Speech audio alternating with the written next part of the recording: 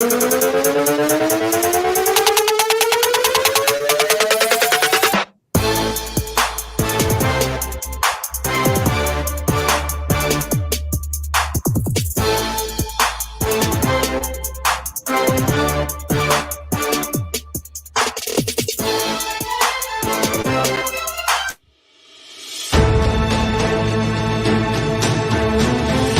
following is a presentation of Main Street Media, your source for news, sports, and information on Main Street in Middle Tennessee.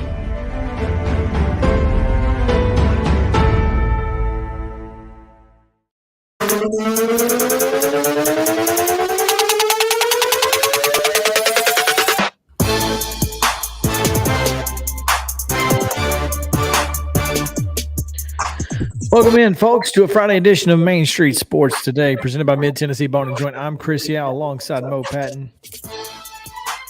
Mo, what's up? It's the weekend, baby. Yeah, it's the start of the weekend. I don't know exactly what that means since we don't have those. Yeah. Not until, we just don't have weekends. Sunday is but not really. Sad. It's okay, though. It's like Tuesday and Wednesday are kind of our weekends. Yeah, other than doing this is, you're right. Weekends may or may not get done. I don't think that means what you think it means. Yeah, no, exactly. Yeah. But high school football tonight, and that means high school football season is here. We'll be out and about at Murray County Park tonight, and I'm sure that you will see some other Main Street folks around the area out and about as well. So make sure to find out. You can listen to us. We will tell you where you can find some high school football tonight here in just a few minutes. But other than that, looking forward to a good day, as always. Yeah, it's going to be fun. We're going to get Jeff Ham on here in a bit to talk a little Nashville Sounds baseball. Their schedule's kind of been all over the place this week with this series against Gwinnett. And later in the show, as we continue to go around the Southeastern Conference, we're going to have Scott Rabelais from the Baton Rouge Advocate talk a little LSU football. So it should be fun. Well, there we go. Let's hop in then on Friday, and let's get into our top story today as Greg Sankey, SEC commissioner, says he wants a fresh look at March Madness, says it's time. I don't know what's wrong with March Madness. When was the first four enacted? You know, those four extra teams, those two extra games in Dayton. Gosh, first four. Been a while. It was probably late. It was probably late 2000s. That's what I'm thinking. So, it's been 10 plus years, I guess, since anything has changed with it. Maybe it is time to do something different. I wonder if he's got something specific in mind, or if he just wants to just do something. 2001. 20 years. Okay. Here's my problem. Mm-hmm. This is a tournament that doesn't have any issues. So let's create some. Everybody loves it. It's not like people are mad about it. His thought process was, except Texas A&M. His thought process was, if Ole Miss, the 64th team to get into the Baseball World Series, can win a national championship, should we expand the NCAA basketball tournament? Because clearly baseball and basketball are correlating. So let's make it to where the 64th best team could win the NCAA basketball tournament. Is that? That is that is the way it sounds. And I think maybe that kind of goes back to something we touched on a couple of days ago, where you're looking at the possibility of some folks losing their AQs and admitting more at-larges to the field. Sankey says that is not his goal, but I certainly that doesn't match up. Yeah. And so I think my biggest problem with it is Nick Saban went on Dan Patrick's show earlier today and basically said super conferences are coming and Wichita states of the world don't exist. And if that's the case in football, it's going to be the case in basketball because the conferences are not going to take football teams over and not take basketball and that sort of thing. So, maybe there is something in the future that's got to be done, but I don't think as the NCAA tournament and the NCAA is constructed today, the only thing I would change about the NCAA tournament is not having AQ teams in the first four. I'd be all 11 seeds or else. All at larges. They'd be all at larges and they'd be playing for 11s or 12s or whatever. I can see that.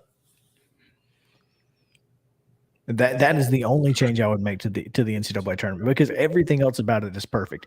But I would much rather I don't want to watch Alabama State and American fight for a chance to play, Duke when I could be watching Texas A&M and Kansas State fighting for an 11 seed. And give me 2 days of that instead of. I think to really incentivize the number one seed, let those first four play for a 9. Be fun. Then they have to play an 8. And then if they somehow beat that 8, which isn't that great an upset, 8-9, then they're playing a 1 that's played one less game. I think that's fine. I'm okay with that, but we don't need to be expanding the field or potentially taking away AQ bids in order to get, 20 and 18 Mississippi State into the tournament. Exactly. I mean, what has, to your point, Alabama State done, or what has, McNeese State done to deserve to lose that AQ out of their conference? I guess the answer, other than being a small conference, I guess the answer to that is not win. And the point, the point that they're making here is that it so rarely happens and almost never happens at some level that it makes the tournament less exciting. Well, that's ridiculous. That is ridiculous because it makes it that much more exciting when it actually happens, looking at Maryland, Baltimore County. UMBC, St. Peter's, FGCU, George Mason. We went through the list the other day. Mm-hmm. Anyway. Yep. I'm in a disagreement with the commissioner of the Southeastern Conference, and that's all I'm going to say about that. Well, not that he cares. Well, I'm glad you are in disagreement with him now and not a month ago. Yeah. We didn't have this conversation, but if we did, I'd probably ask him what the end goal is. That'd be a fair question. All right, let's get ready to do today's rundown, Mo, because it's a little bit longer than normal. So yeah, it might take a little time. Let's roll into it. The rundown. The Friday Rundown is brought to you by Chip Walters of Exit Realty, Bob Lamb and Associates. The voice of the Blue Raiders also wants to be your trusted advisor in real estate. Contact Chip at 615-542-1915 or through his website at choosechip.net. Chip Walters, proud to support youth sports across Middle Tennessee. Thursday pro baseball action. It was the Rockies an 8-6 winner over the Cubs. Over the Cardinals. The Cubs won 4-2 over the Reds. Try that again. Yeah, Rockies 8, Cardinals 6, Cubs 4, Reds 2. There we go. In minor league baseball action, the Stripers and Sounds split a twin bill. It was the Stripers 3-2 winners, and the Sounds hit 3 home runs to start the game in Game 2 and won 5-1. So there you go. All righty then. NFL preseason action. Baltimore defeated visiting Tennessee 23-10 last night. In WNBA action, it was New York defeating Dallas 91-73 and Minnesota with an 86-77 win over Phoenix. All right. And the weekend schedule tonight, high school football jamborees at Fairview High School at 6:30. You can catch Sycamore and Hickman County, followed by Harpeth and Fairview. And then at Macon County High School, you can see White House and Hendersonville at 7:30, while Good Pasture and Westmoreland will kick at 9. Get you a nap if you're going to that one. At Lawrence County tonight, Richland takes on Wayne County for 2 quarters, followed by Giles County and the host Wildcats at 7:30. At Loretto, Wilson, Alabama will face Summertown at 6, and Lauderdale County takes on Summertown at 7. Marshall County, the host Tigers, will take on Page at 7 o'clock. And as Chris mentioned, at Lindsey Nelson Stadium tonight, the Murray County Jamboree. Spring Hill plays Dixon County at 6, Lewis County and Creekwood at 7, and Columbia Central and Columbia Academy at 8. At East Robertson tonight at 5 o'clock, Clarksville Academy and Houston County will take part in the first game of that jamboree. Joe Burns is taking on Todd County of Kentucky at 5:45. It's East Robertson and Greenbrier at 6:30. DCA and Springfield at 7:15. It's McEwen and Cheatham County at 8, and then at 8:45 in the nightcap, White House Heritage and the first time, Liberty Creek. At Clarksville in jamboree action, West Creek and East Hickman will face off at 6, followed by Kenwood and Christian County, Kentucky at 7. Clarksville and Christian County, Kentucky at 8. Over at Northeast, it'll be Rossview and Northwest at 6, Montgomery Central and Fort Campbell at 7, and Northeast and Fort Campbell at 8. In pro baseball action, these are weekend series. The Braves are at the Marlins. They start tonight at 5:40. The Brewers are at the Cardinals. That is a 7:15 first pitch tonight, and it can be seen on ESPN+.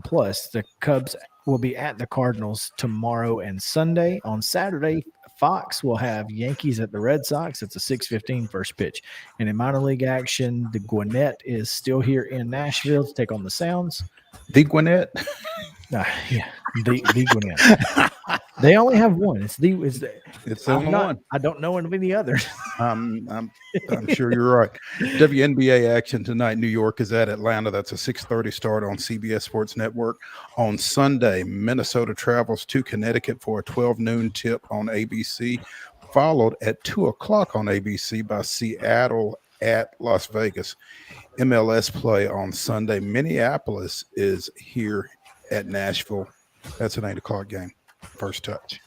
There you go. And that's going to do it for today's rundown, sponsored by Chip Walters, ChooseChip.net. We're going to take a quick break, and when we come back, we will have Jeff Him coming to you. So stick around on Main Street Sports Today, presented by Mid-Tennessee Bone and Joint.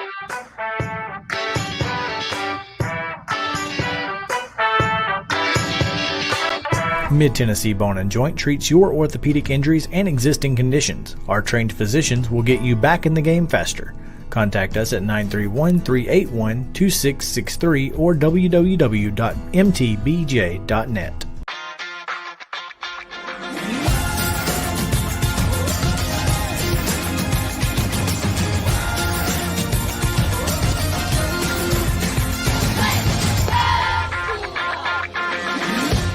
Hey folks, while we take a quick break from the show, I want to tell you about our friends over at Custom Stone Handlers in downtown Columbia. Ed Rich and his team at Custom Stone Handlers believe in leadership. And outside of the military, our greatest leader building platform is sports. Custom Stone Handlers proudly encourages young people to get in the game.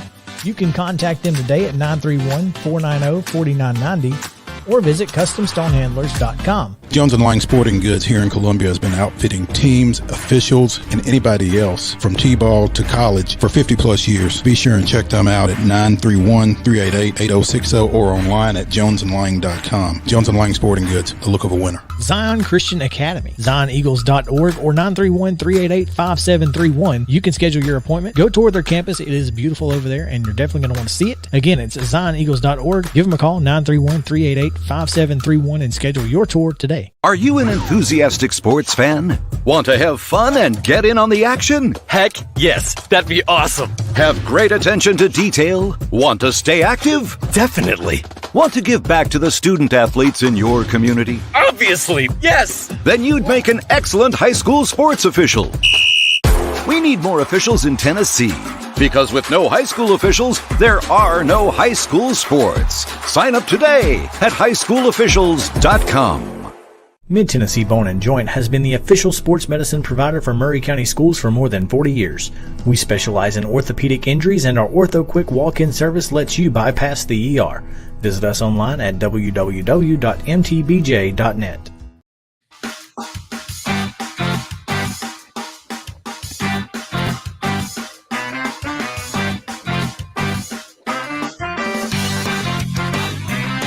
Welcome back in. Main Street Sports today, presented by Mid-Tennessee Bone and Joint. Chris Yao alongside Mo Patton here as we are getting ready for the weekend ahead. We've got a lot going on. High school football starting tonight. Obviously, the Sounds are at home against Gwinnett and the Stripers, 1P. And it's always fun when we get a chance to talk to Jeff Him, we think we have Jeff back in. Jeff, what's going on, man? Hey guys, can you hear me okay? We can. Great. Yeah, it sounds better than us, which isn't necessarily good. But anyway, I didn't realize it rained that bad, Jeff, that you guys didn't get Tuesday's game against Gwinnett in, but you dropped back and played a double dip yesterday and split that 2-1 thus far in this series. Always fun when Gwinnett comes to town, as Chris was saying.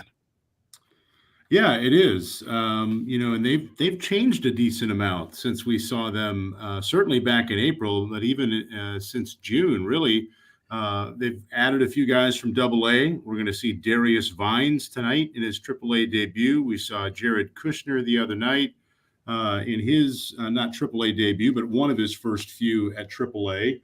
We'll still see Kyle Muller and Bryce Elder, and both of these teams have 6 of their parent club's top 10 prospects on the club. So you got the Sounds versus Gwinnett, you got Brewers versus Braves, and both with 6 in the top 10.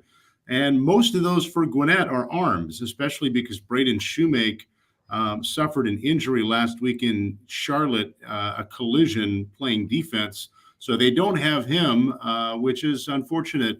You always want to watch good players play, and it's too bad that he's out.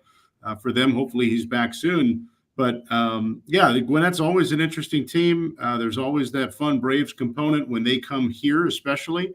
And it's just going back to last year, copy and paste, close, low scoring games. That's what the Sounds and Gwinnett do. And that's what we've seen so far in the series. It's funny. You talk about how much Gwinnett has changed and their prospects and that kind of thing. But Chris showed me a TikTok or a meme earlier today, kind of depicting the Stripers crying loudly over apparently over some of the personnel moves that have seen guys come from Mississippi straight up to the majors, specifically Rookie of the Year candidate Michael Harris II and now Vaughn Grissom. And it's kind of a phenomenon, Jeff, that you see from time to time, guys skipping AAA and going straight up. You got to wonder what this Gwinnett team would look like with, Harris and Grissom. Luckily, they don't have to find out. We know what the Braves would look like without them, I think. But it's interesting. I'm trying to think just offhand whether it's Brewers when I first got here, or Oakland, or the Rangers the one year we were with them in 19. I can't recall the Sounds, quote unquote, getting skipped by a guy going up to whoever our parent club has been from AA. You're right. It doesn't happen often. It's interesting that the Braves have done it now twice. We used to see it for whatever reason. The Marlins would do it when Jacksonville was their AA and New Orleans was their AAA. I don't know why. I just remember that happening a few times. I know when you had an extreme circumstance like when the Mets were in Las Vegas back in the day, where you have the hitter-friendly nature of that environment versus wherever their AA was at the time. I guess that would have been Binghamton. I know they were always leery of sending, a Noah Syndergaard or a Jacob deGrom to AAA because they didn't want that environment, but they still did it. So it's and I know the Brewers, when they had AAA at Colorado Springs, they were hesitant. They didn't love it for their pitchers, but I don't recall them just skipping a level altogether. So you're right. It doesn't happen often. It is interesting. I don't know if the Braves would have looked at a guy like Shoemake if he were healthy, and it could be tough luck for him that he got hurt.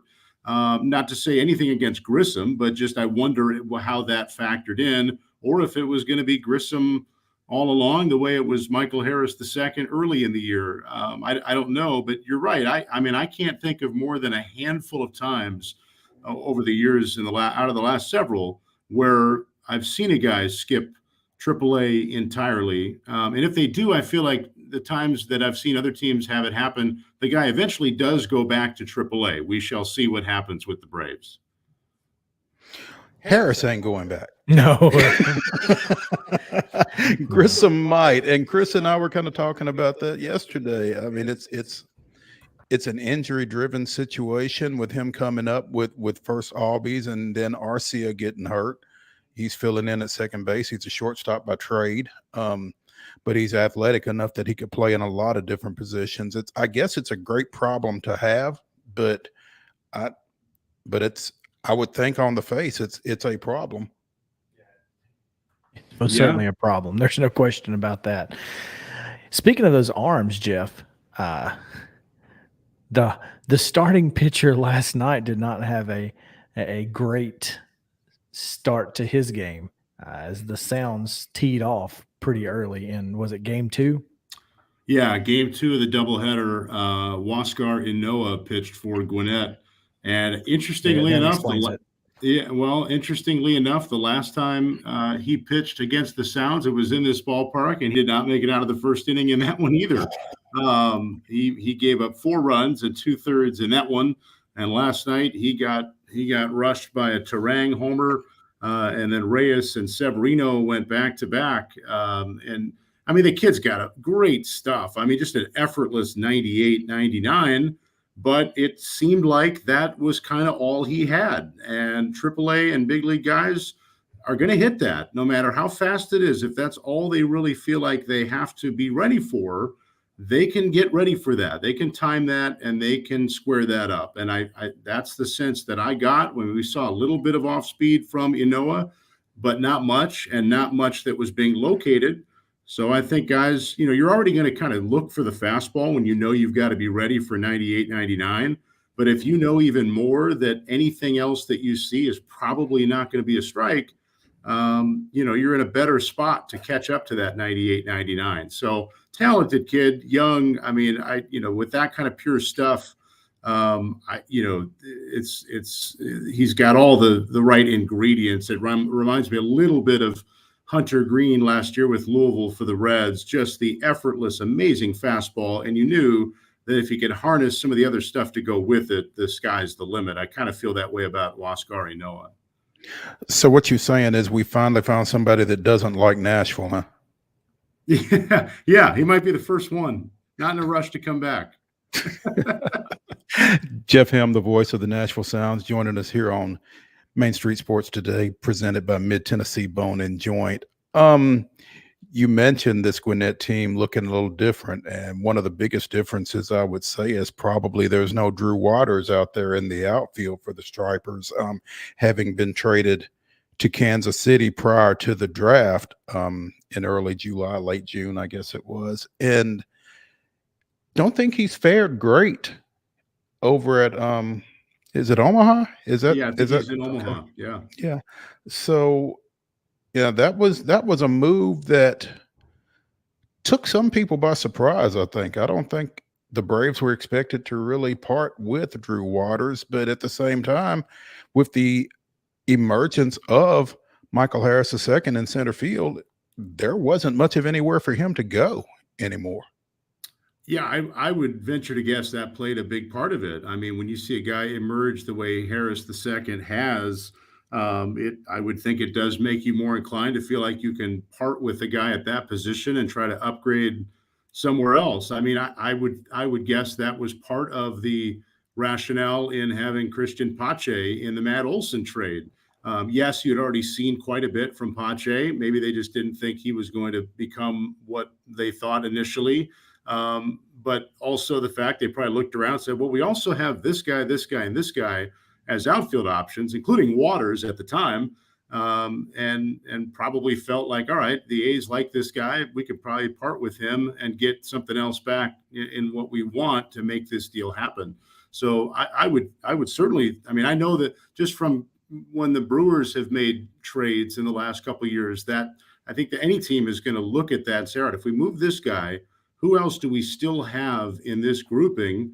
And how high are we on these guys compared to this guy? And you work from your positions of depth. And it seems like the Braves felt like they could do that with Pache and Waters. You know, it's interesting, Jeff, that you mentioned the Brewers and some of their trades in discussing that, because we talked last week about the Padres trade with Josh Hader, and we kind of got close on time, and I wasn't really able to pick your brain on this.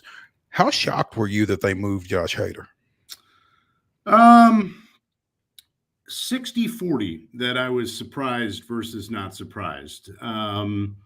You know, there've been those rumblings the last couple of years. I'm not trying to sit on the fence. I can truly see both sides on this one.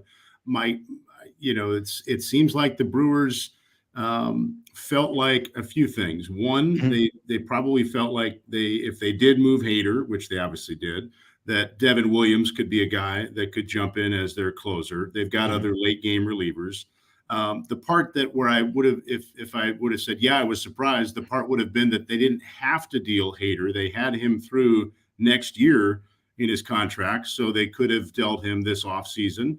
But, I don't know, we never know on this side of things when we play GM what the internal conversations were like for the long-term extension, but also what the other offers had looked like and what they felt might look like. And clearly they liked some of the guys that they were going to get back in return. One of them is a young outfielder who's now with the Sounds, Esteo Ruiz, speedy, impressive young outfielder who's already had a little bit of big league time. So I was a little bit surprised knowing the value that Hader brings. He'd also been struggling.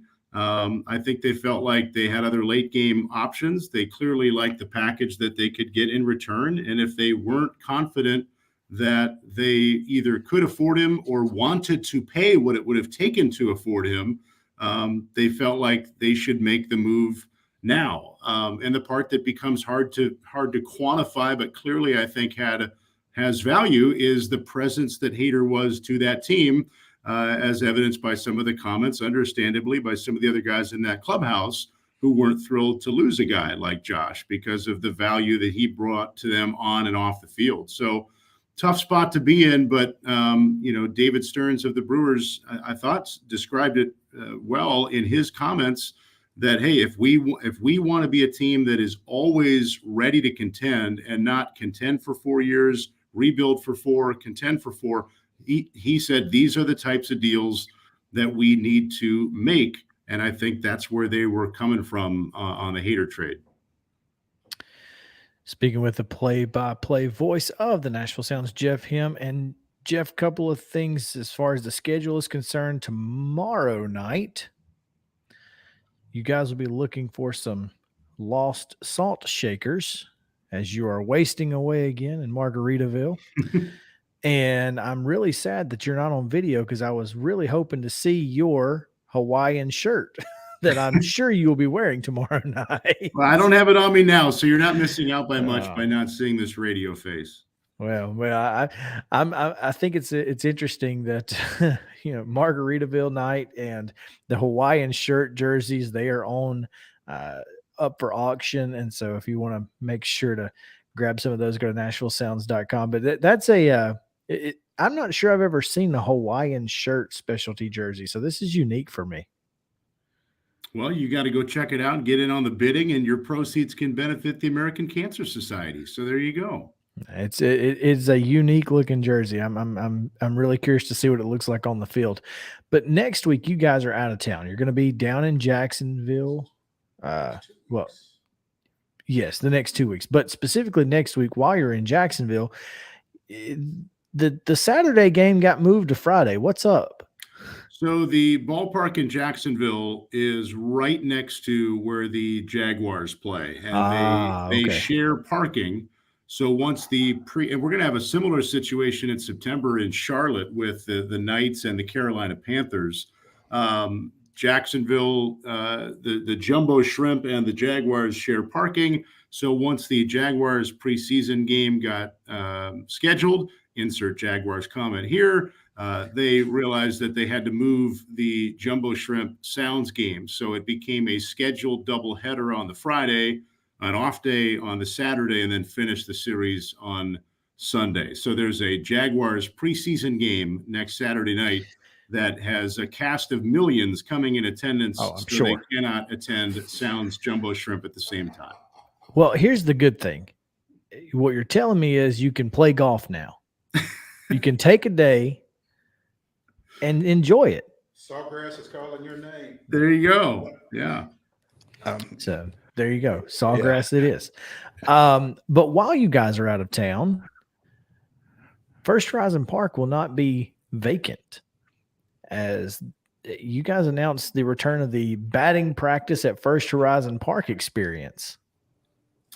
Yeah, those are a lot of fun. That was something that got created in the lost season of 2020, a way to get people into the stadium in a fun way, in a safe way, and let them have a little bit of fun, live out some glory days, taking some batting practice. And it was so popular that we brought it back a little bit last year when there was time. We've got to be mindful of taking care of the field. So, this is a 2-week road trip, which helps accomplish that. So while we're gone for 2 weeks, there'll be limited batting practice sessions going on the field. So a chance for people to come on out, and they go quickly. So you got to give us a call if you're interested in making that happen before you run out of opportunity. But that is a cool thing going on while we're gone. Jeff, as you mentioned, glory days, will there be a certified athletic trainer on site? No, you got to sign the waiver going in. And that's your certified athletic trainer. Sign the waiver. We'll just take PK with us. That's the key right there. But yeah, if you want to, you can go again. NashvilleSounds.com has all the information that you might need about the Nashville Sounds. Go figure. But they are continuing their series with Gwinnett this weekend. 7:05 tonight, 7:05 tomorrow, and then 6:05 on Family Fun Day Sunday, before they're out of town for 2 weeks. So if you want to see the Sounds, you better go this weekend. This is your opportunity. And Jeff, we appreciate your time as always. It's always a pleasure, and thank you for your ability to be flexible with us. And we look forward to talking to you next time. Sounds great, guys. Thanks. Have a great weekend. You too. All right, you too. We're going to take a quick break, and when we come back, we've got a little beef going on in the bluegrass states. So bluegrass beef coming your way on the other side. Main Street Sports Today, presented by Mid-Tennessee Bone and Joint. Back after this.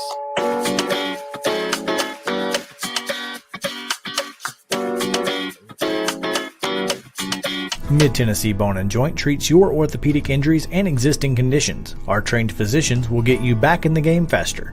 Contact us at 931-381-2663 or www.mtbj.net.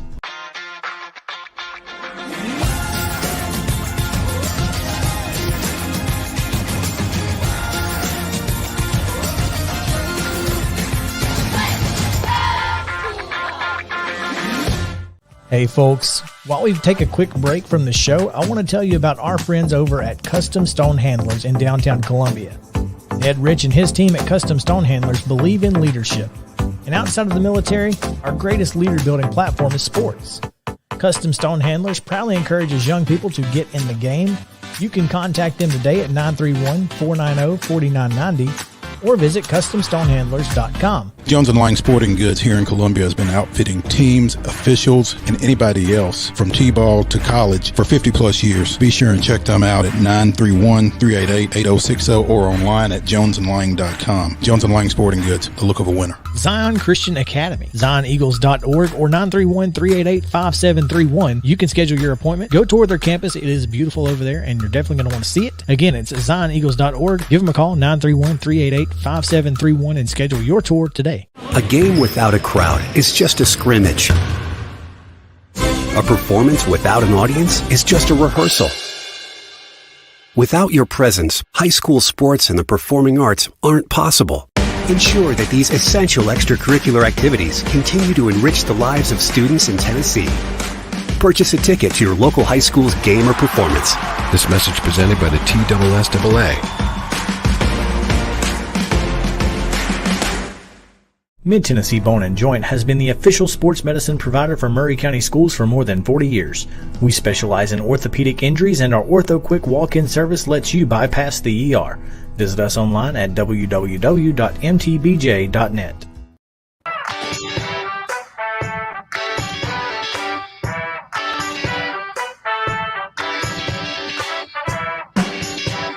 Welcome back in. Main Street Sports Today, presented by Mid-Tennessee Bone & Joint. Chris Yao alongside Mo Patton here, coming to you from Columbia down here in southern Middle Tennessee, where we had a little preps news today, Mo. We did. You can find it on mainstreetmurray.com. You can also find it on mainstreetpreps.com. But Zion Christian has named their new boys basketball coach, Sam Martin, who played at BGA, graduated in 2014, was a member of their Division IIA state championship team, went on and played collegiately at Birmingham Southern and at then Martin Methodist, now UT Southern. But he is the new coach of the Eagles. So congratulations to them for finding a boys basketball coach. Still looking for girls, as well as a couple other schools down here looking for some coaches. So it's a little late. So good luck. Anyway, so speaking of basketball, we can transition into basketball a little bit here. And nice segue there. Good job. You set it up perfectly. There's a little tussle going on potentially up in Lexington as John Calipari made some comments that Mark Stoops, football coach at the UK, took a little offense to. And let's be honest, that some of his comments may have been taken a little out of context, but the fact is that he called Kentucky a basketball school, and Mark Stoops didn't like that too much. 4 bowls in 4 years. But he's also not wrong. I mean, come on. And Calipari's not wrong? Yeah. Is that what you're saying? He said, look, Alabama's a football school. Georgia's a football school. That's just the way it is. Like there's no way around that. And Kentucky's a basketball school. I don't think anybody is debating any of that really. But as was pointed out on Twitter, when you're calling yourself a basketball school, you'd better not be 0-1 in your last one game, with that loss being to St. Peter's. Look, I get it, but still. I mean, it's the optics of it. I mean, again, you're right. He's right. Kentucky's a basketball school. But you can't say that I mean, Big Blue Nation is And John Calipari in particular can't say that right now because Big Blue Nation is a little up in his grill these days. and they're pretty high on their football team. I mean, you're saying this. There's different expectations for both of those programs. The football program right now is exceeding expectations, and the basketball program is not meeting them. And so, for you to step out there and say something like that, regardless of the context, it's not great optics. So, do you know kind of a little bit about what the interview was about? I don't. Okay, so the interview apparently was about him asking the school and the state to step up and get the basketball program a better practice facility, some health nutritionists and a cafeteria inside that practice facility to just kind of integrate everything into one. And he said, look, we have to take care of our basketball program. We're a basketball school. And that's he said, and I don't mean that as a slight. They've won 10 games. I hope they win 10 games every year. I hope they win bowl games every year, but we're a basketball school. Mm-hmm.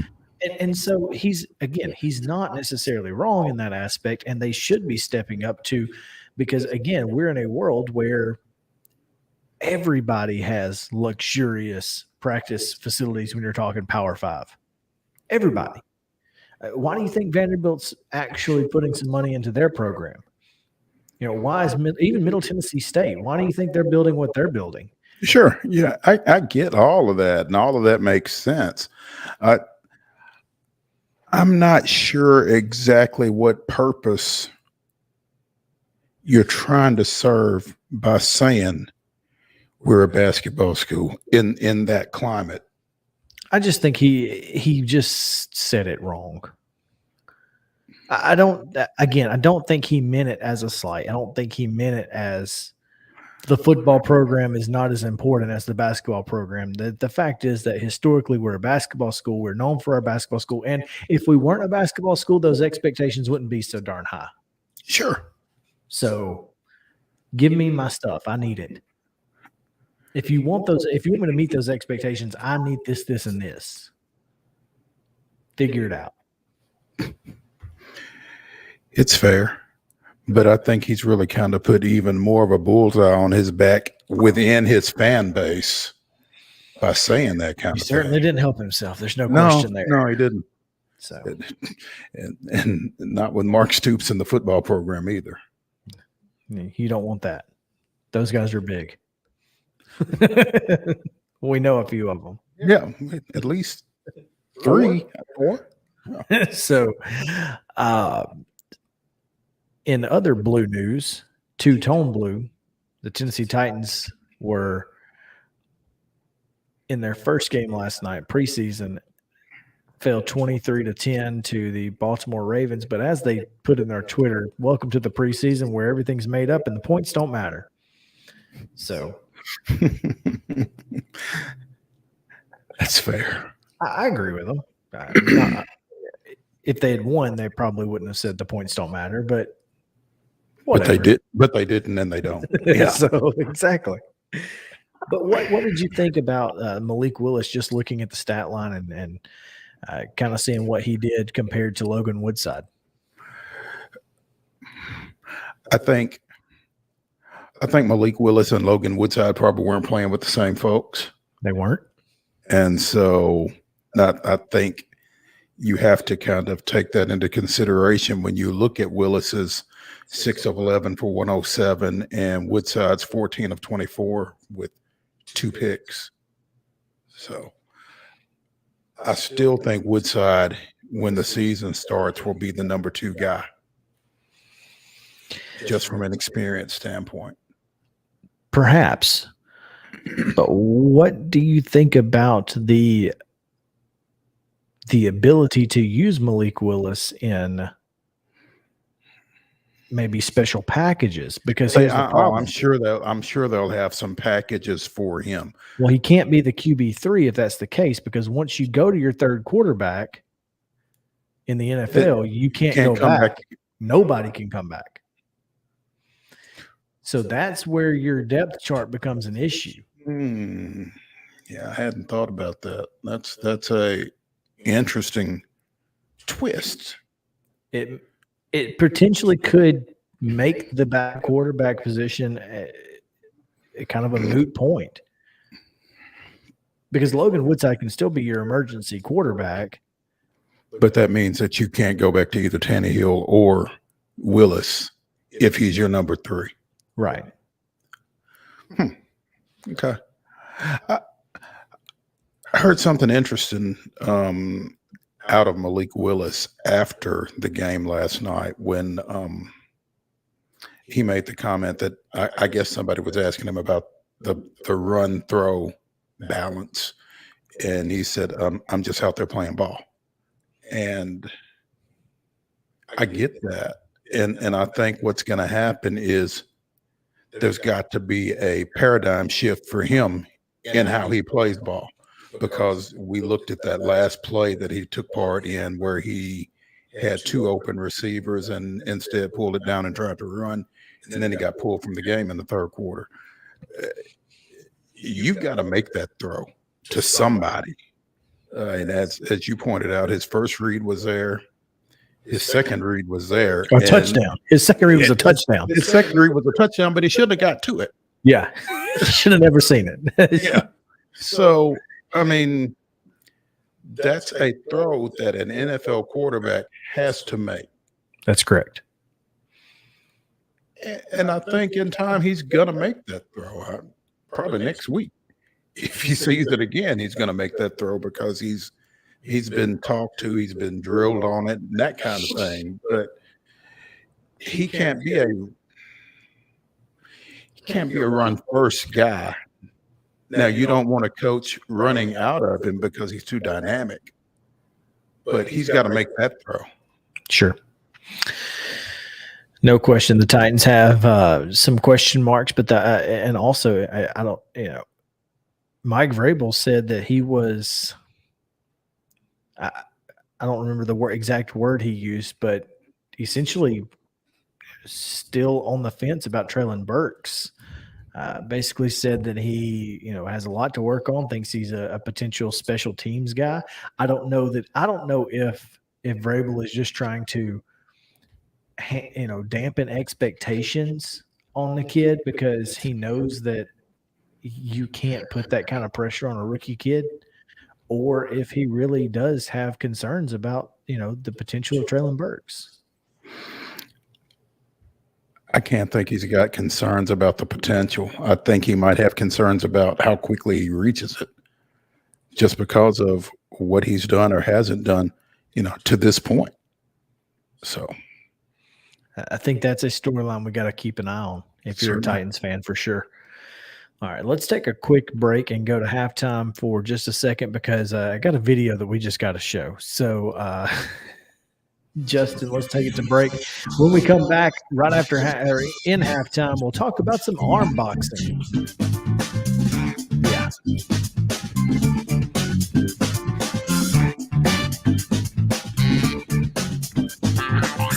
This is Chris Yao with Main Street Sports Today. Every show, Mo Patton and I welcome friends from all across the sports landscape, from high school coaches and reporters to national, college, and pro sports personalities. You never know who might stop by for a chat.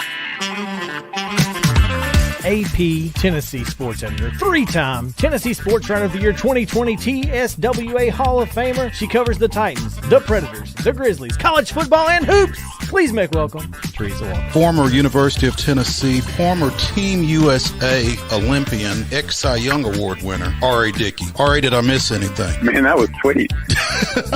Yeah, I need to listen to that before I go to bed every night. That was nice. Has 5 sports Emmys. That's not bad for the other guy in Wham, Ryan McGee. The other guy in Wham married the best looking girl, Bananarama. So the other guy in Wham had a pretty good life. From preps to pros, we're taking on the sports topics you care about. Tune in across Main Street Media social platforms at 2 p.m. or on demand on your podcast distribution platform of choice.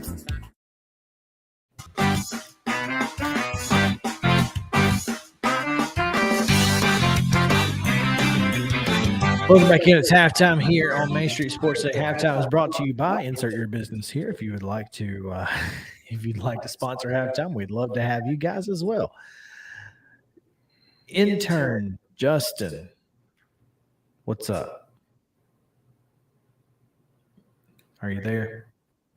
Sorry about that. Hello. You're good. So we had this conversation last week, I think, and arm boxing is weird. Yes. Hello. How's it going? Yes, it is weird. I actually loaded up that video. I want to see. I saw that you had it in there. That's why I wanted to go to it. So let's watch this video. And Mo, you tell me what you think of arm boxing.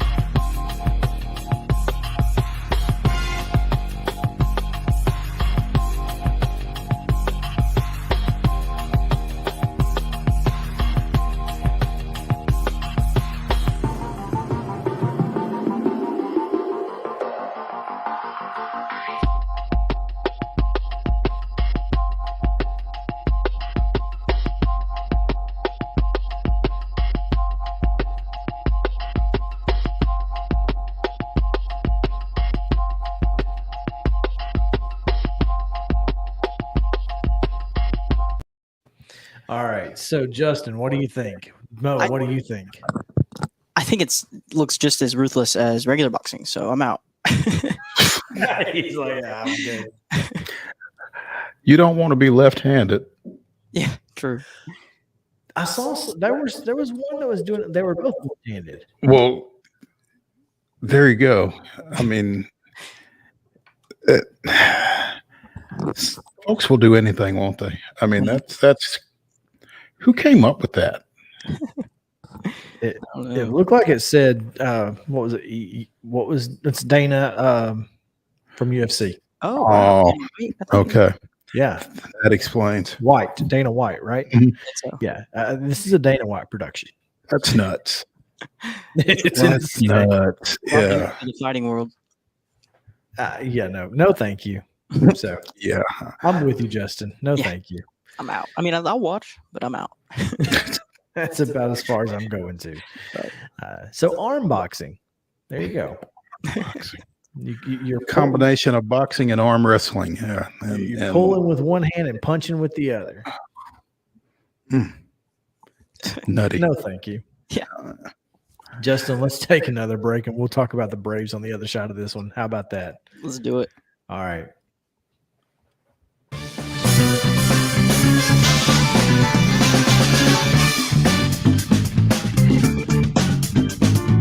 Hi, this is Melissa Hoisington, Regional Crisis Director from Volunteer Behavioral Health.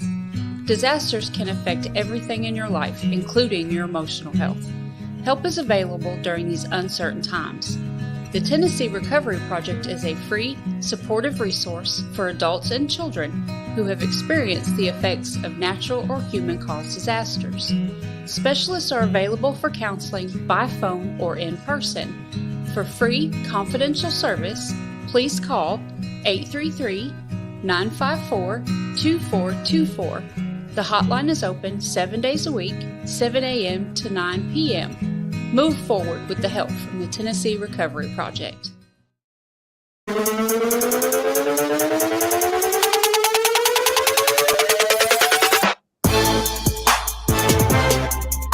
Welcome back in. Second half of Main Street Sports Today is coming your way now here on Main Street Television. Glad to have you guys with us. And we are talking a little Braves baseball here, but still to come, we have LSU's football preview with Scott Rabelais, who will join us from the Baton Rouge Advocate. Looking forward to that. But first, the Braves have 4 in Miami, and they don't have Max Fried, Mo. And that statement in and of itself is a little alarming. But they do have Jake Odorizzi, who will throw tonight.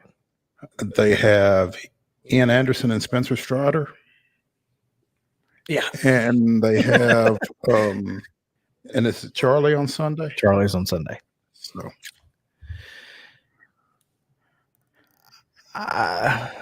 at least it's Miami. I mean, you don't concede any of those games, I don't think. At least it's Miami. Certainly helps. I mean, it could be worse. And you don't see Alcantara. That's huge. That's huge. Because he threw Wednesday against Philadelphia. Oh. Is that who they were playing? He threw Wednesday. Yeah. So whoever they were playing. Yeah, he's not going to throw. Yeah. It's always good to not see Sandy Alcantara. I can tell you that. He's probably going to win. He's the odds-on favorite to win the NL Cy Young. Understandably so. And unfortunately for the Marlins, Spencer Strider is among the favorites to win the National League's Rookie of the Year alongside his teammate, Michael Harris II. It appears that those two are running away with most folks' projections. I mean, I think it's going to be pretty amazing that they finish 1-2 regardless of the order. And they're going to. They may finish 1A, 1B. They may just give them Co. Here. I'm not sure how you really differentiate between them. It's impossible because one's a pitcher and one's a position player. And I mean, Strider has at times been dominant. What's he got? 4 double-digit strikeout efforts. Yeah, he's been really good most of the year. And Harris has just taken that team to another level. It feels like, even from the number 9 spot in the batting order, it just feels like that's when everything took off. And I don't know if it's as simple as Michael Harris, Braves take off, or if it was a lot of different things and he was just among them. But the timing adds up. I certainly think he made a big difference in the lineup being more better, but also that's well, I was going to say more flexible, because that's also when Dansby took off. So Dansby moving from that 9 hole to the 2 hole helped him, and everything and then Ronald came back right at that same time, and then next thing you know, to the moon. And so, yeah, I mean, you have to think that Michael Harris II, who's played in just 65 games this year, he's sitting here with 11 doubles, 10 homers, 34 RBIs. I mean, there are guys who have played 112 games who don't touch those numbers. He's stolen 12 bases. Now, that 60 just goes to show. He's played 65 games. The Braves have played, 112? So barely half, I guess, a little over half of the team's games.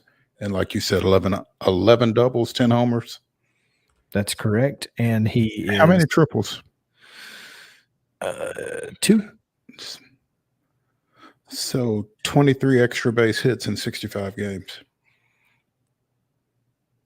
Yes. That's not nothing. 23 of his 67 hits are for extra bases. His OPS is 809, which is good enough for 5th on the team if you don't count Vaughn Grissom's 1.750. who has 2 hits and there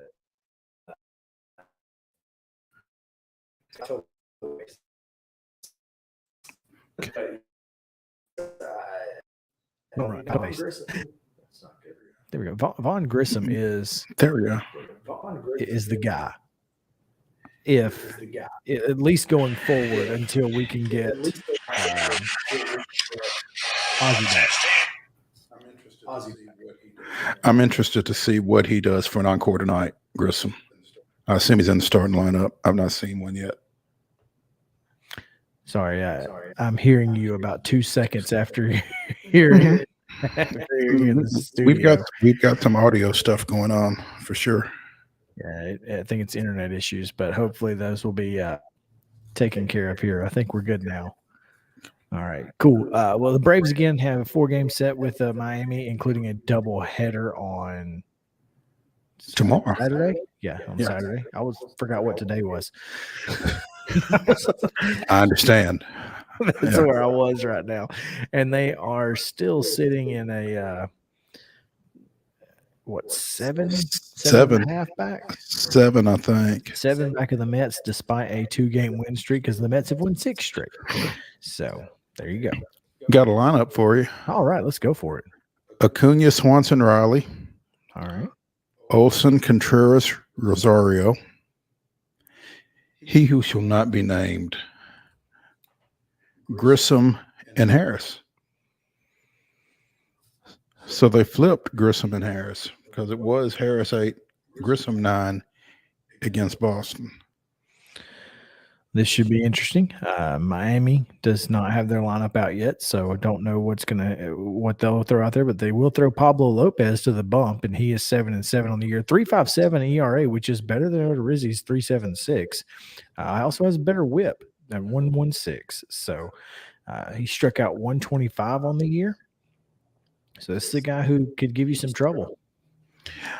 I think Odorizzi is going to be really motivated after his initial start for the Braves against the Mets didn't go very well at all. So there you go.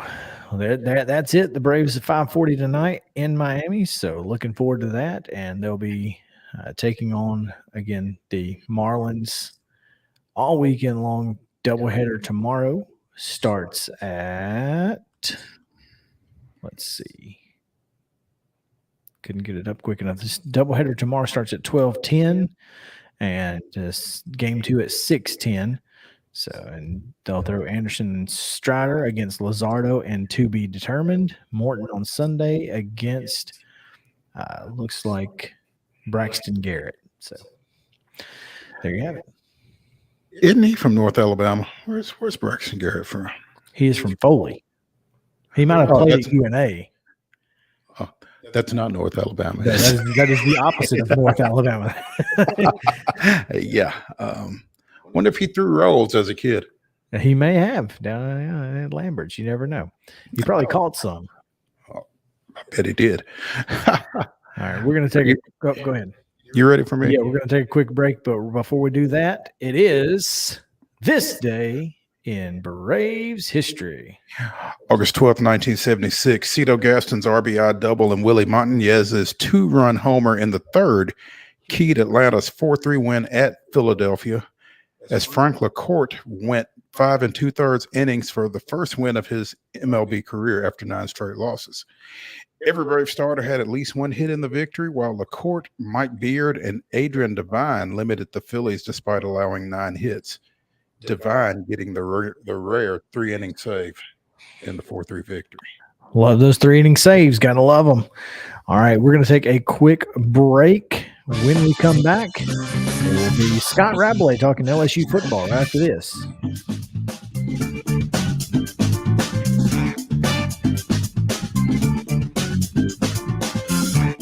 This is attorney Bart Durham, and this is me. I'm Aaliyah. Keeping in good physical condition is really important to me.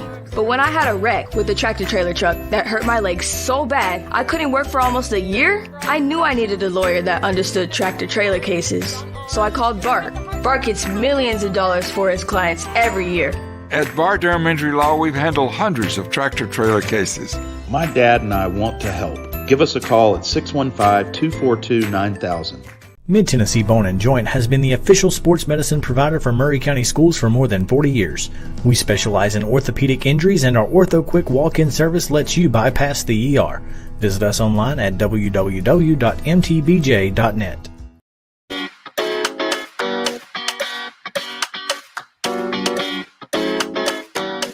Welcome back in Main Street Sports today, presented by Mid-Tennessee Bone and Joint. Chris Yow alongside Mo Patton as we continue, Mo, our SEC football previews. And today we talk a little Bayou Bengals from down in Baton Rouge as we bring in Scott Rabelais of the Baton Rouge Advocate. Scott, what's going on?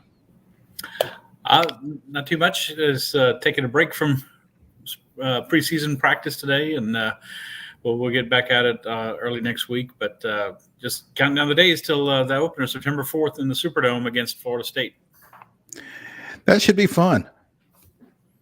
Yeah, it's always the debate. Do you try to play these good non-conference games at home or neutral sites? LSU kind of mixes them up, but they're playing Florida State in New Orleans this year. They go to Orlando next year, and then some of the games they have scheduled in the future, like home and home with Oklahoma, they're all just going to fold into the SEC schedule eventually. So, but yeah, it'll be fun. They haven't played each other in a number of years. LSU and Florida State, probably since the early '90s. I see you've got an article on yesterday's, an article from yesterday on theadvocate.com, looking like Jaden Daniels is emerging as the number one at quarterback. I would say yes, and Jaden Daniels is the transfer from Arizona State to LSU. I would say he is emerging with one big caveat, as I said in the column. Garrett Nussmeier, one of the other quarterbacks, the only quarterback returning who played last year, was very limited yesterday with an ankle sprain. So he didn't do any of the team drills or those plays that we saw. He was just doing a few things, and they think he'll be back by this weekend. So nothing serious, but you gotta give Nussmeier a chance. You can't just say it's Daniels. And then of course you have Miles Brennan, who's a 6th-year senior who's been around for forever. He was Danny Ettling's backup in 2017, believe it or not, but has been injured most of the last 2 years. Then you have Walker Howard, a freshman. People might remember Jamie Howard, LSU's quarterback in the 90s. It's his son. But Daniels is the guy right now, and he's he gives them a lot of what they want. A dual threat quarterback. He's got great mobility, and I think that's going to be important behind an offensive line that right now is looking a little shaky going into the season, certainly compared to their defensive line. You know, Scott, you mentioned Miles Brennan, and he's been the guy at times for this team. And as you mentioned, he's been injured a pretty good bit. Are you surprised that Daniels has been able to come in and kind of overtake him in this short period of time? I guess a little bit because, and call it recency bias with Miles, because he's a name we've known for so long, and Jaden Daniels you don't know as much. He's got a strong arm. He's not a statue in the pocket or anything like that. He's got some mobility. He's just been kind of snake bit. He's, like I said, he was behind Danny Etling as a young player. Then this guy named Joe Burrow comes in, and he's got to be behind him for 2 years, and he finally gets his chance, and he suffers this really kind of freaky abdominal injury at Missouri in 2020, and was out from the 4th game of the season on. And then last year fell on a boat dock and broke his arm, and just trying to go fishing, in the off season, and that messed him up. So I think there's a lot of familiarity with Miles that you want to say, yeah, he should be the guy, should finally be his turn, but it doesn't work that way. And certainly Daniels has more experience. Daniels started, I think, like 29 games at Arizona State. Well, he was definitely their established starter. So, and Nussmeier has more experience than him from last year. So I guess I'm not surprised in that respect. And he gives them kind of the dimension they want. Daniels is not the best passer of the three. I'd say probably it's Nussmeier, though Brennan is very good too. But he's someone they can work with in terms of, if they want to do some read option, if they want to, just dump the ball to the tight ends and the running backs.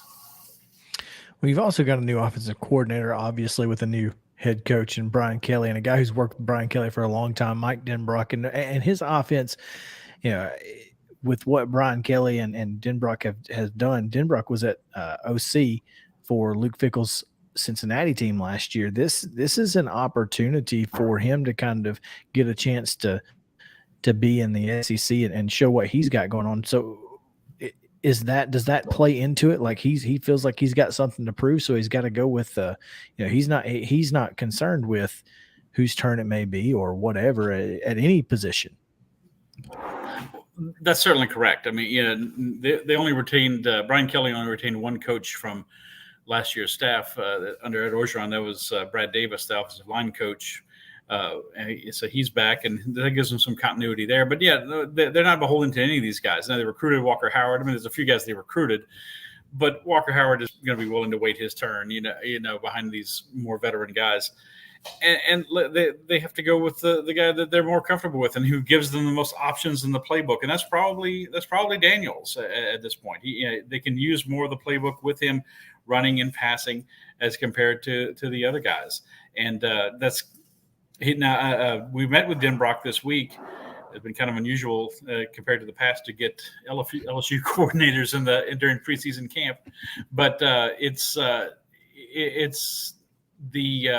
he said the offense is adaptable to other people, to different types of personnel. It doesn't have to be someone like Desmond Ridder, who he had as a quarterback at Cincinnati last year, but it probably wouldn't hurt. What else doesn't hurt is having Kayshon Boutte out on the perimeter for whoever it is, arguably the best receiver in the SEC. It's got to help whoever the quarterback is, I would think. It does. Boutte is a tremendous talent. Even though he missed half the season last year, he got hurt at the Kentucky game in October. He still was preseason first team All SEC at media days. It shows you the respect people have for him from what he did last year and the time he could play and what he did in 2020. People remember the season finale against Ole Miss. He set the SEC single game receiving record. He's a tremendous talent and a virtual shoe-in if he stays healthy to be a first-round draft pick. So he's their best weapon, and you got to get him the ball. You got to know where number 7 is at all times this season if you're the opposing defense. And he's got to develop chemistry, obviously, with two things. He's got to develop chemistry with whoever's the quarterback, and he has some with Nussmeier.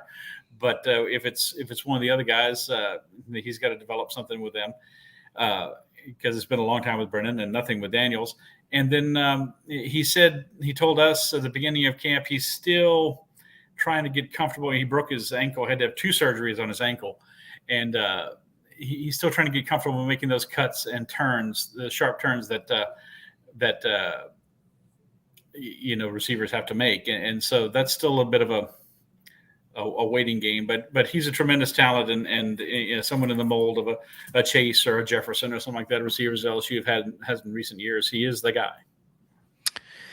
On the other side of the ball, speaking with Scott Rabelais of the Baton Rouge Advocate, Matt House comes in, defensive coordinator, former linebackers coach for the Kansas City Chiefs. And let's just face it, LSU always has plenty of talent in the secondary. But, Scott, one of the unique things about this team is it looks like they're going to have a lot of talent, but it's a lot of transfers. What does that mean? It is. I mean, just looking at the list, people like Seven Banks from Ohio State, Jarek Bernard Converse from Arkansas, who's a Louisiana native, Joe Faucia from Arkansas, who's also coming down here. It's a whole new look. I mean, new cornerbacks. Eli Ricks transferred in the offseason to Alabama. Dwight McLaughlin, who probably would have been a starter, went to Arkansas. It kind of like almost like a trade there. Really. Like a trade, yeah. Yeah, and then you had Major Burns transferred in from Georgia. I don't want to forget Major Burns, who is going to give him some depth at the safety position. So yeah, it's there's talent there, and there's certainly a lot of experience. But again, it's the chemistry thing. I mean, this is so important in the secondary, right? It's not just to have good players and guys can cover. It's guys who trust each other and know each other's moves, and that's something that they're encouraged by. They're not. No one's sounding an alarm over LSU secondary, but it's probably not the strength of the defense. That would be the defensive line, where they have a lot of talent and depth with Mason Smith and Ali Gay and BJ Ojolari. But it can be a strength, but it's going to have to be proven over the course of the year. And DBU's taken its licks the last couple of years. They like to call themselves DPU. And of course, we remember the season opener against Mississippi State 2 years ago, and a lot of times last year. And this defense hasn't lived up to it. The defense has got to be there this year if LSU is going to be a winning team again. And I don't think anyone expects LSU to win the West, obviously, but to at least be a team that contends for maybe one of the better SEC bowl spots. Well, you touched on it, and I think this is where I was going to go with my next point here is it's easier for a secondary when you have a defensive line and a front seven like LSU has. You mentioned the names, BJ Ojolari, Mason Smith, Ali Gay. This is a front seven that will put the fear into some offenses, and apparently it's putting the fear into the LSU offensive line in the preseason camp, as you mentioned. Yeah, and like I said, they're trying to identify who's going to start at all the positions on the O line. But yeah, there's depth and talent. And as some guys didn't mention, Jaquelin Roy is someone you're going to hear about. Mickey Wingo transferred from Missouri. He's going to give them some depth. Mason Smith was a preseason All-SEC pick. Ali Gay, BJ Ojolari, Desmond Little has. Brian Kelly was singing his praises yesterday as someone who's going to allow them to get their kind of rotation they want. Because obviously, they're going to a 3-4 alignment, but a lot of times it's going to be 4, maybe with a guy as a rush end or something like that. And I could see, even one of those guys maybe dropping back into coverage. We've seen BJ Ojolari listed at times in the past as a linebacker. So they've got some flexibility to go 3-man front, 4-man front, 5-man front. Certainly playing with 2 linebackers a lot of the times. And right now it says probably be Micah Baskerville and Mike Jones, former Clemson transfer. But the defensive front should remind you a little bit of the defensive fronts and the defensive talent you had in days past with Marcus Spears and Glenn Dorsey and Tyson Jackson and people like that. Speaking with Scott Rabelais of the Baton Rouge Advocate here on Main Street Sports Today, presented by Mid-Tennessee Bone and Joint. LSU predicted 5th in the SEC West ahead of Mississippi State and Auburn coming out of SEC Media Days. And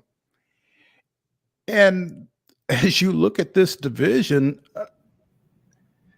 I don't know that that's even a slight, really.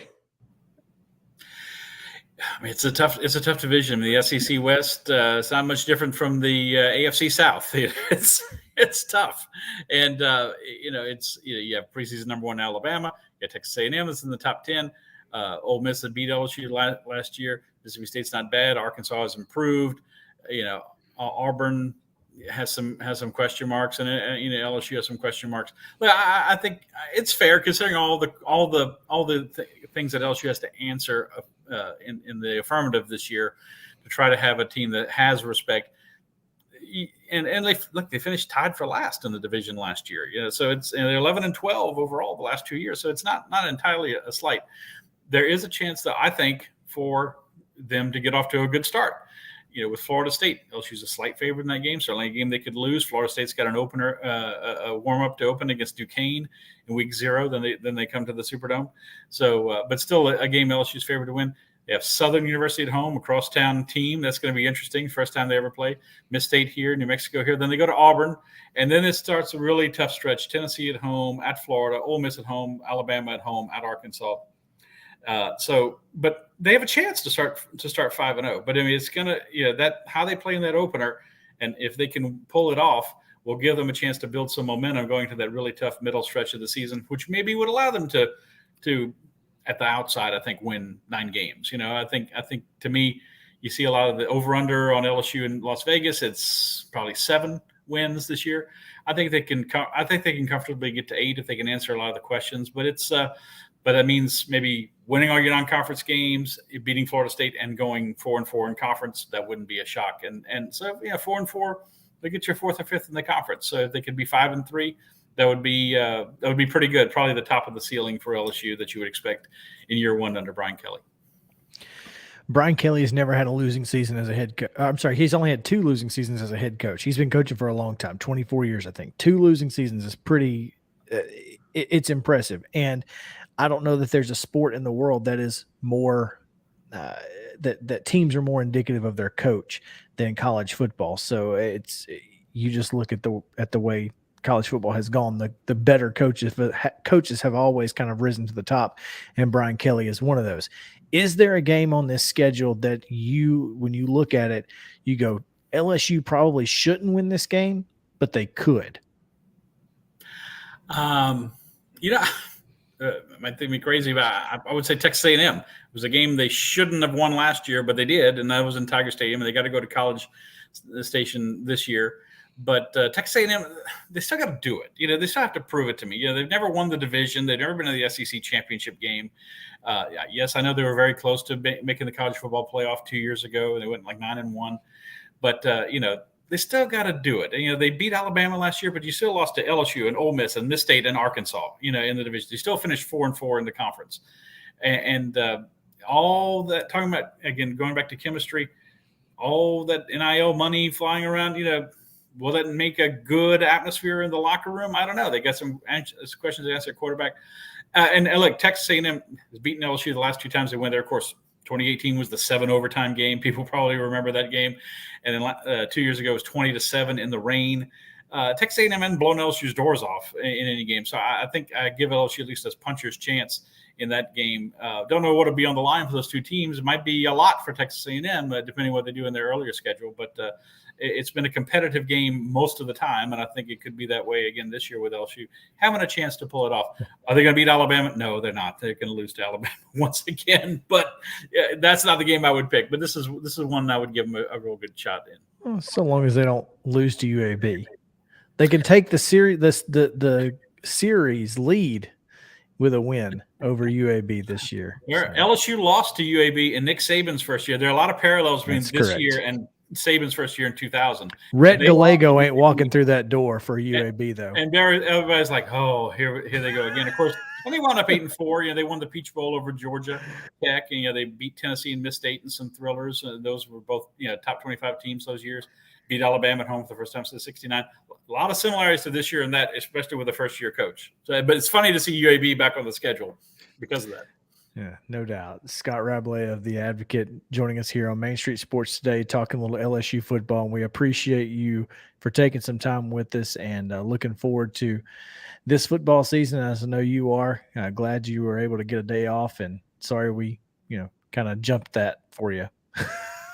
No, that's all right. I was hoping to play golf today, but it's been raining buckets down here. So and it's raining right now. So I have to make that another day when it gets dry. No, I enjoyed being with you guys. I appreciate you having me on. Always fun to talk about college football. Always. We appreciate it. We're going to take another break, Mo. We got to do that. We got to pay bills. Pay the bills. Pay the man. And when we come back, final thoughts. Also, a little question about what SEC coaches would be favored to win a fight. So stick around. Main Street Sports Today presented by Mid-Tennessee Bone & Joint. Back after this. Mid-Tennessee Bone & Joint treats your orthopedic injuries and existing conditions. Our trained physicians will get you back in the game faster.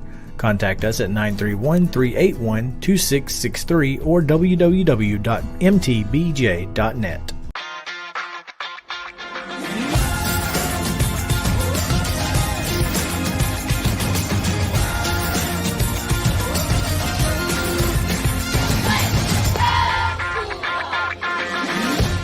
Hey folks, while we take a quick break from the show, I want to tell you about our friends over at Custom Stone Handlers in downtown Columbia. Ed Rich and his team at Custom Stone Handlers believe in leadership. And outside of the military, our greatest leader building platform is sports. Custom Stone Handlers proudly encourages young people to get in the game.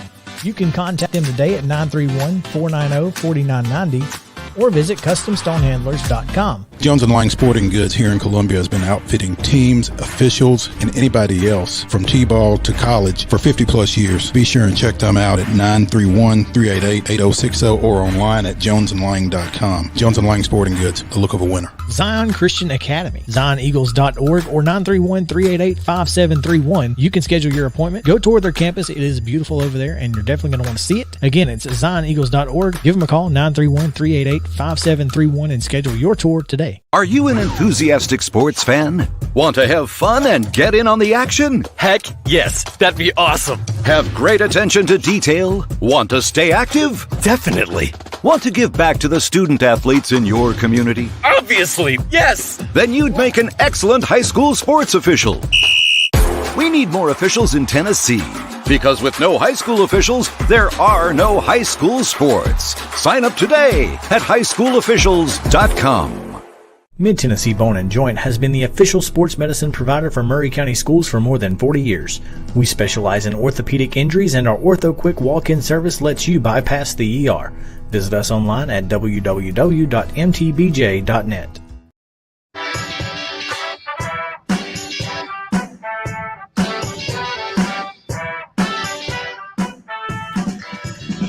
NFL Insider at Pull Up Pod with CJ McCollum and other host Jordan Schultz posted a TikTok video of the Malik Willis touchdown run last night and said that Malik Willis turns into Houdini for first NFL TD. Should the Titans start Malik Willis?